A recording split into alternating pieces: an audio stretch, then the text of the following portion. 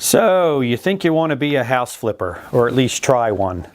Well, let me give you some advice and some things to think about before you get into that, and see if I can either help you or deter you from doing that kind of thing.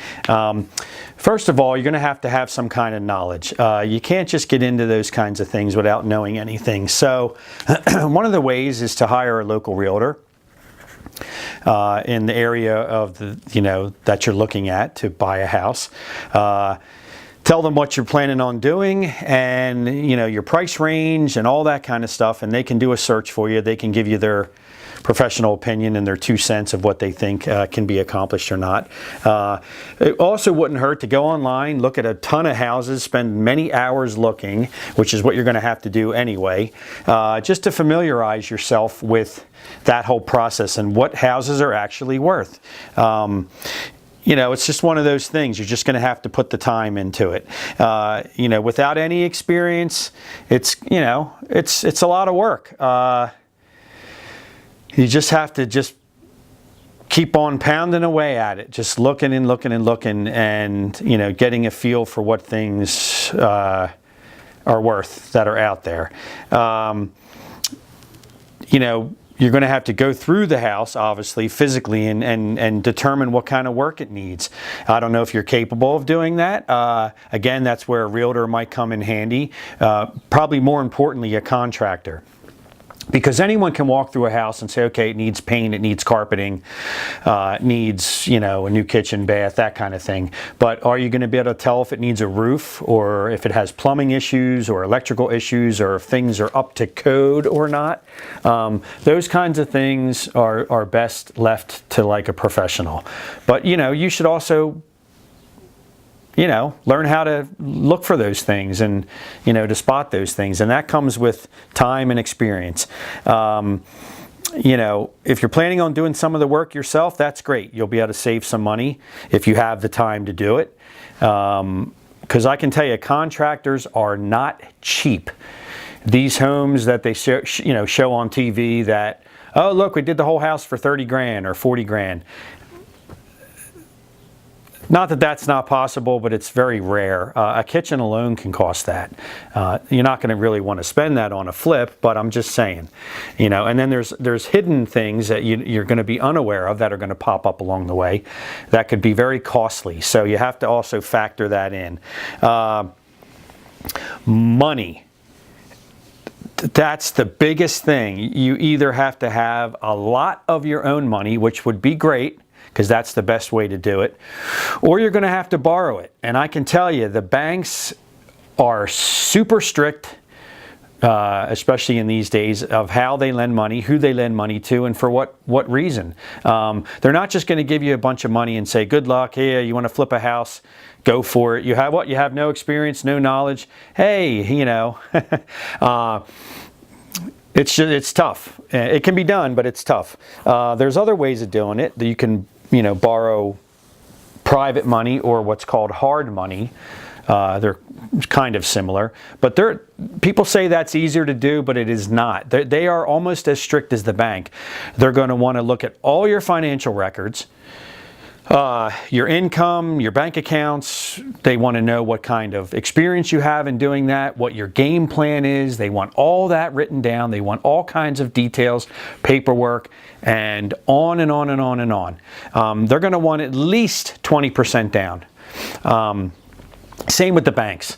And, if you want to borrow the money for fix-up, a lot of times they'll actually lend 100% of that, but again, there's going to be all kinds of fees and higher interest rates involved in borrowing private money or hard money. And these infomercials out there that say, hey, we're in your area, we want to partner up with people and teach them how to flip homes with using other people's money. Just be suspicious of that. Most of that's bogus. Again, they're not going to involve people that have zero experience in flipping homes and bring you in on it and tell you that you can use other people's money or their money.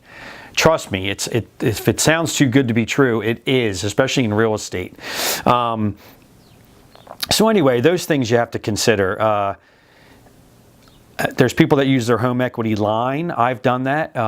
We don't have a mortgage, my wife and I, so we were able to take a home equity line, which is a line of credit, super low interest rate. And what I did with a few flips was to partner up with somebody, and that's another option. It was a friend of mine. We both have experience and we both have the same kind of equity lines. So we were able to do things that way. The good thing is you get to share the responsibility, share some of the labor and whatnot. And of course, the financial end of it. You're not going to make as much because you have to split that profit with somebody. Sometimes there's more than just one partner. There's 2 or 3 partners. But there's pros and cons to both. If you do it by yourself, which it can be done, you'll make more money in the end, but you're going to have more headaches too.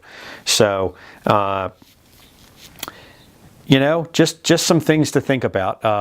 They don't show you, again, on those shows. They show you some of the behind the scenes things that go on, but it's just, there's a lot involved. Long gone are the days where you can just go in and put a coat of paint on and a couple of new faucets and then, flip it and make 20 grand or something like that.